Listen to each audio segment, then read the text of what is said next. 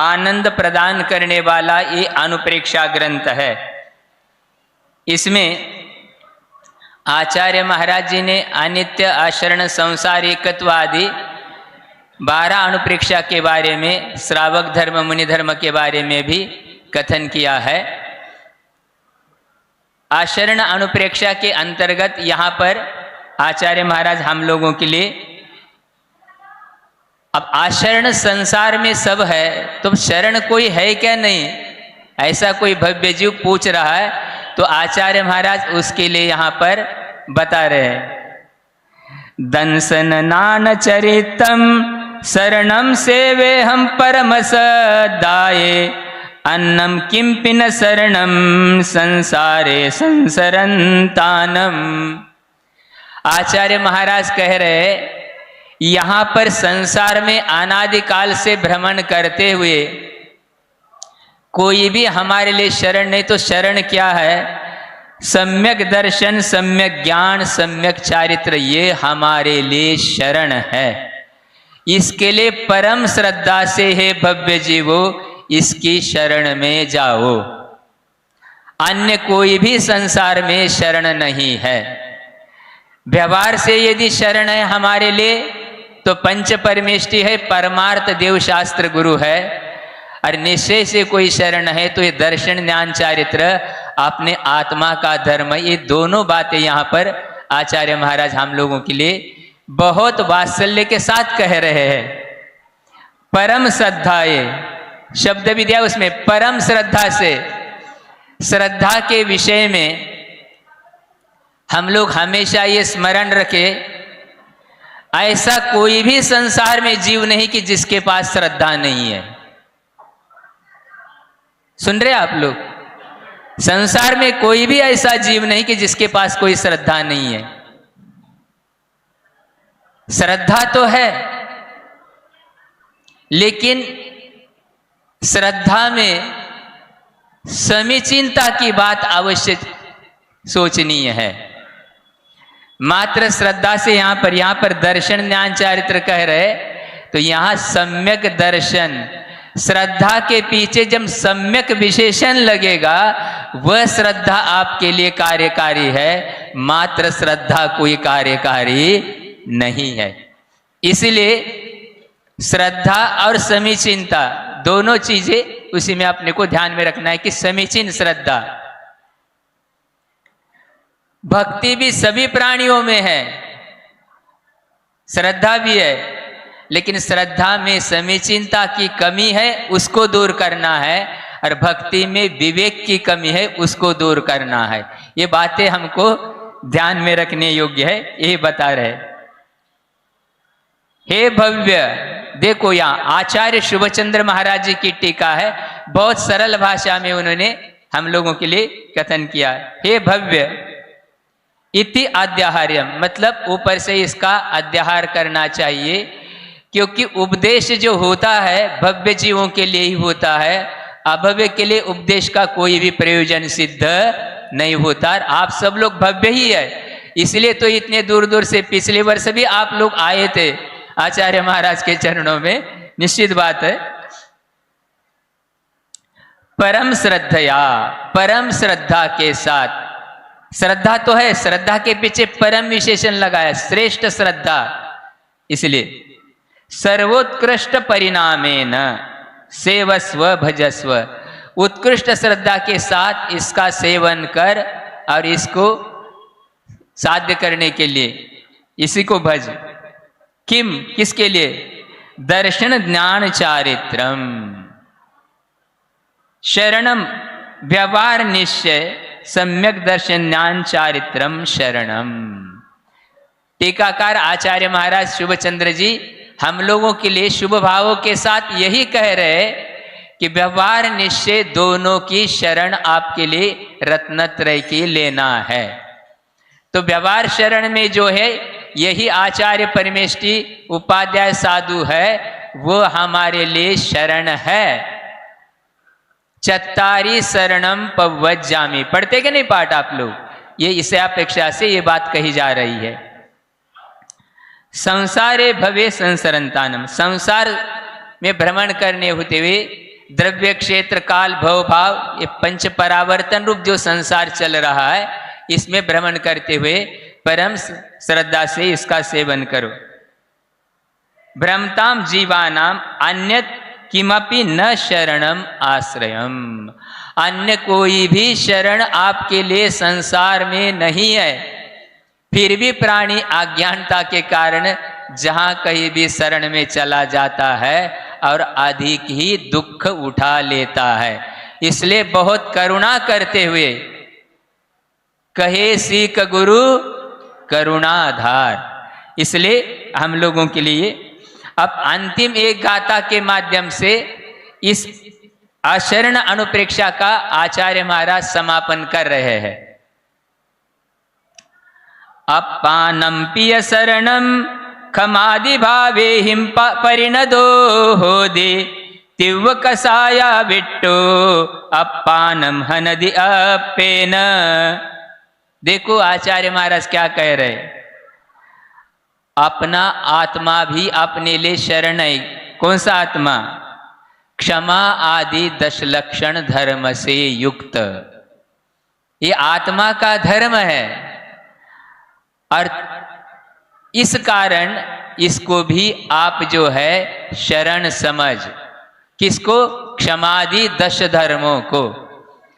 और नीचे के पंक्ति में ये कह रहे, तीव्र कषाय से आविष्ट हुआ जीव अपने आत्मा का स्वयं ही घात करता है।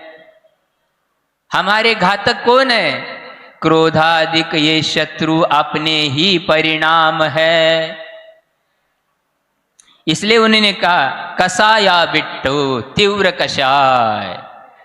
इसलिए तीव्र कषाय से वशीभूत नहीं हो वो जो अनंतानुबंधी कषाय है। अनंत संसार का कारण मिथ्यात्व है और उसको बांधने वाली कषाय अनंतानुबंधी है। अनंत भव तक ये हमारा जो है पीछा नहीं छोड़ेगा। इसलिए करुणा करके आचार्य महाराज कहते, क्षमा को धारण करो तो कषाय अपने आप ही शांत होगी। अरे आपके आत्मा में क्षमा भाव है, प्रत्येक आत्मा में है, लेकिन उसको प्रकट करने की आवश्यकता है। अभाव नहीं हुआ उसका, लेकिन कषाय के कारण वो है अभी मलिन हुआ है। इस मलिनता को हटाना है। भवती क्षमादि भावे उत्तम क्षमाधि स्वभावे, उत्तम विशेषण लगाया है। ये तो आचार्य महाराज जी ने आप लोगों को लिए 10 लक्षण में समझाया है। जो लोग यहाँ के थे उपस्थित नहीं है तो भी आप लोगों के लिए भी ये कह रहे, उत्तम विशेषण लगा है। मतलब किसी भी प्रकार की संसार की ख्याति पूजा लाभ के बिना, क्योंकि धर्म अपनी आत्म कल्याण के लिए होता है और वो आत्मा का स्वभाव है। विभाव क्यों आया इसमें? कषायों के कारण। इस कषाय को जैसे जैसे हम कम करते जाएंगे वैसे वैसे स्वभाव के निकट पहुंचेंगे। परिणतम एकत्व भावगतम, एकत्व को प्राप्त हो जाओ। आत्मानम स्वस्वरूपम, आत्मा का स्वरूप क्या है? क्षमा, मार्दव, आर्जव। लेकिन इसके विपरीत क्या है? क्रोध, मान, माया, लोभ। ये इसी को कषाय को हटाना है। अपि एवकार अर्थ में, अपि शब्द जो है एवकार के अर्थ में आया है। संसरणम आश्रय, आश्रय के योग्य है। च पुनः तीव्र कषायाविष्ट, तीव्र कषाय के वशीभूत हुआ। तीव्र कषाया अनंतानुबंधी क्रोधादय, अनंतानुबंधी आदि, अनंतानुबंधी अप्रत्याख्यान, प्रत्याख्यान, ये सारी चौकड़ियाँ जो है ये हमारे लिए आत्म स्वभाव में रहने के लिए बाधक बनती है। आदि में संज्वलन भी सभी आ गए, क्योंकि ये कषाय का पूरा भाव करना आवश्यक है। तेर आविष्ट, उसे जी जो आविष्ट युक्त, हंति हिनस्ति, वो उसका नाश करता है, घात करता है। किसका? कम आत्मानम स्वस्वरूपम, घात किसका होता है? अपने स्वयं का ही घात होता है। और आप लोग वैद्यों को भी पूछो, महाराज अस्वस्थ क्यों हो रहे? क्योंकि क्रोध जो होता है, हम जिसके ऊपर क्रोध कोपाविष्ट हो रहे, उसका घात हो न हो कोई नियम नहीं है, लेकिन पहले क्रोध करने से अपने आत्मा का घात अवश्य होता है, क्योंकि हम आपे में ही नहीं है। और इसलिए कहा जाता है कि पहले शांत हो। आचार्य महाराज का स्मरण, आचार्य महाराज एक उदाहरण हमेशा देते थे, और आप लोगों को सबको परिचित है ये। जिस समय आप बर्तन में दूध गर्म करते हैं और फिर दूसरे काम में लग जाते हैं, तो क्या हो जाता है कभी कभी? तो क्या करते उसमें? बस एक जल की शांति धारा छोड़ दो। आप सोचिए, इतना बड़ा उफान आने वाला जो पात्र के बाहर जा रहा था, एकमात्र थोड़ी सी जलधारा से अपने आप नीचे बैठता है। ये जल का स्वभाव शीतल है। इसलिए गुरु महाराज ने कहा था, संत पुरुष से राग भी शीघ्र मिटाता पाप, उष्ण नीर भी आग को क्या न बुझाता आप। जल मान लो स्वयं उबल रहा है, गर्म है, फिर भी आप उसमें डालो तो भी उसको नीचे बिठाएगा, क्योंकि जल का स्वभाव शीतल है। अग्नि के संसर्ग से वो गर्म हुआ है, तप्त हुआ है, लेकिन फिर भी आग को बुझाता ही है, क्योंकि उसका स्वभाव ही ऐसा है। इसलिए अपना स्वभाव है क्षमा। क्रोध हमारा स्वभाव नहीं है, लेकिन कर्म के उदय के कारण हम लोग क्रोधाविष्ट आदि हो जाते हैं। इस प्रकार से केन आत्मना स्वस्वरूपेन, इसलिए अपने स्वरूप आदि का ये भी हमारे लिए शरण है। इस प्रकार से ये बात आचार्य महाराज जी ने कहे। पहले कायसर करो, ये आशरण अनुप्रेक्षा पूर्ण हो गई है।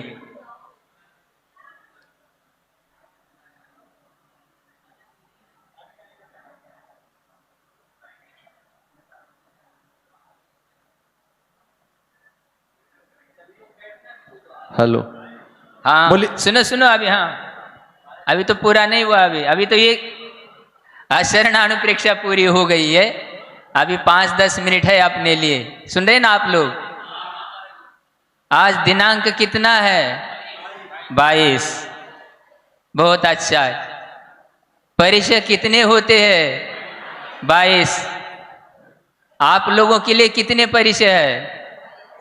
आचार्य महाराज कहते थे साधु के लिए तो 22 परिचय है, लेकिन गृहस्थों के लिए 2200 परिचय है। 22 नहीं, लेकिन उसको वो संसार में कष्ट दुख पीड़ा नहीं मानता। बहुत अच्छी बात बताई जा रही है। गुरु महाराज जी ने हम लोगों के लिए अष्टपाहुड़ ग्रंथ पढ़ाया था। आचार्य कुंद कुंद देव की कृति है। उसमें दर्शन पाहुड़ में एक गाथा आती है जिसका क्रमांक है 22। इसी निमित्त से कुछ आपके ध्यान में रह जाए, कम से कम 22 तारीख के दिन हम लोग जबलपुर गए थे आचार्य महाराज के पास निवेदन करने के लिए। सुन रहे? तो यहां आचार्य महाराज हम लोगों के लिए कुंद कुंद देव ये कह रहे हैं, आचरण जितना आपसे शक्य है उतना करो, क्योंकि सबकी शक्ति भिन्न भिन्न है। एक जैसी सबकी शक्ति नहीं है, कोई बात नहीं है, लेकिन श्रद्धान तो यथार्थ करो। क्या कह रहे? आचरण जितना शक्य है, लेकिन श्रद्धा में ये रखो कि हमें वैसा आचरण करना है। श्रद्धा तो सही करो, नहीं तो यही हम श्रद्धा कर बैठे, नहीं क्या करे, आज ऐसा है वैसा है। आज का काल कभी भी बाधक नहीं होता, ये ध्यान रखना। हमारे परिणाम ही हमारे लिए बाधक होते हैं। पंचम काल में भी मोक्ष हो गया जो चतुर्थ काल में उत्पन्न हुए थे, गए क्या नहीं मोक्ष? इसलिए काल बाधक नहीं है, अपने परिणाम बाधक। इसलिए वो कह रहे जितना शक्य है उतना आचरण करो, जो शक्य नहीं उसका श्रद्धान करो। उसके लिए गाथा दी हम लोगों के लिए उन्होंने, जम सक्कई तम की रही जम च न सक्के ही तहे व सद्दहनम केवली जिने ही बनियम सद्दह मानस सम्मतम। यह सम्यक तो है, क्या है? जितना शक्य है उतना आचरण करो। जम सक्कई तम की रही जम च न सक्के ही तहे व सद्दहनम, जो शक्य नहीं उसका श्रद्धान करो। तो हम लोगों के लिए क्या श्रद्धान करना है कि वस्तुतः हम लोगों के लिए इस वीतराग मुद्रा के साथ, दिगंबर अवस्था के साथ वनों में रहना है, लेकिन आज हमारी वो शारीरिक सामर्थ्य नहीं है। श्रद्धान तो वही है आज भी हमारा, और गुरु महाराज ने हम लोगों को यही शिक्षा दी है जो आगम में पूर्वाचार्यों ने दी है। श्रद्धान यही है, लेकिन आज वो शक्य नहीं है, कोई बात नहीं है। लेकिन जहां भी योग्य स्थान, जो श्रावक वस्तिका आदि दान दे रहे, योग्य प्रासुक स्थान में रहते हुए आत्मा की साधना करो, कोई बाधक नहीं। लेकिन श्रद्धा तो वही करना है, शक्य जितना है उसका अनुष्ठान किया जाता है, अशक्य का अनुष्ठान नहीं किया जाता है। ऐसा ही हम सोच करके यदि करने लग जाए, नहीं वैसा ही हम करने लग जाए, एक दिन तो रह जाएंगे, दूसरे दिन आवश्यक पालन करने में बाधा खड़ी हो जाए, क्योंकि शरीर की वो सहनन नहीं है, कोई बाधा नहीं। इसलिए कह रहे जम सक्कई तम की रही, श्रावकों के लिए भी वही है। यही आचार्य महाराज का प्रताप है कि कितने लोग व्रती बन रहे क्या नहीं ले पा रहे, लेकिन जो व्रत ले रहे उनका सहयोग करो। दर्शन प्रतिमा, व्रत प्रतिमा, ये नहीं सोचना कि आज इस काल में नहीं होता, सब होता है, लेकिन श्रद्धा व्यवस्थित करना है। जम सक्कई तम की रही जम च न सक्के ही तय, जो शक्य नहीं हमसे उसका श्रद्धान करो। और आचार्य महाराज करुणा करके कह रहे, ये किसने कहा? केवली जिने ही बनियम, वर्धमान स्वामी ने इसको सम्यक दर्शन कहा है। श्रद्धान करने वाला जो है सम्यक दृष्टि होता है। कुंद महाराज ये नहीं कह रहे कि मैं कह रहा हूं, मैं नहीं, केवल ही भगवान का उपदेश है। कितनी लघुता है आचार्य महाराज की इसमें, सोच लो आप, है क्या नहीं? इसलिए उन्होंने कहा केवल ही जिनेन्द्र भगवान ने, वर्धमान स्वामी ने जो कहा है उस पे श्रद्धान करो। जिस किसी के भी ऊपर श्रद्धान करने का नहीं, सुन रहे क्या नहीं? इसलिए श्रद्धान जिस किसी के ऊपर करने, भगवान ने जो कहा है, 7 तत्व 6 द्रव्य पंचास्तिका, देवशास्त्र गुरु का जो स्वरूप है, उसके यथार्थ श्रद्धान करने वाले के लिए सम्यक दृष्टि, ऐसा भगवान ने कहा है। ऐसा श्रद्धान करते हुए हम अपना कल्याण करें, इसी भावना के साथ।